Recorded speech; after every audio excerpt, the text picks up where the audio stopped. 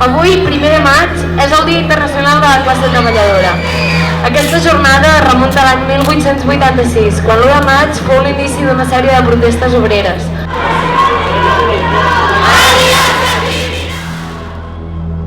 Durant una manifestació pacífica, les forces autoritàries van intentar dissoldre l'acte, utilitzant la violència, desencadenant en un judici totalment il·legítim i malintencionat.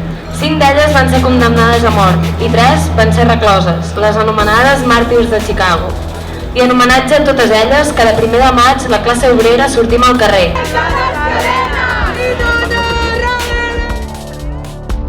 El capitalisme és l'únic responsable que el terme precarietat estigui a l'ordre del dia. Precarietat és no tenir drets socials. És el treball reproductiu no pagat, que normalment fem les dones. Són els canvis obligats de residència continus. La mal anomenada flexibilitat que ens fan creure com a bona. Som les que estan sent explotades, a qui el capitalisme està matant. 2 treballadores contractades moren en un accident laboral a Palma. Una dona mor mentre es trobava en llista d'espera per una intervenció d'urgència hospitalària a Manresa. Un home que havia de ser desnonat per impagament de lloguer se suïcida a Alacant. Una dona mor en un incendi provocat per unes espelmes al seu domicili de Reus després que li haguessin tallat el subministrament elèctric. Un sense sostre mor de fred als carrers de València.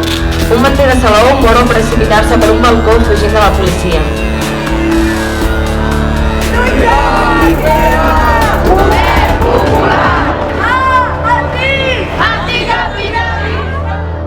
Perquè només organitzant-nos i lluitant aconseguirem abolir el capitalisme patriarcal i la seva precarietat.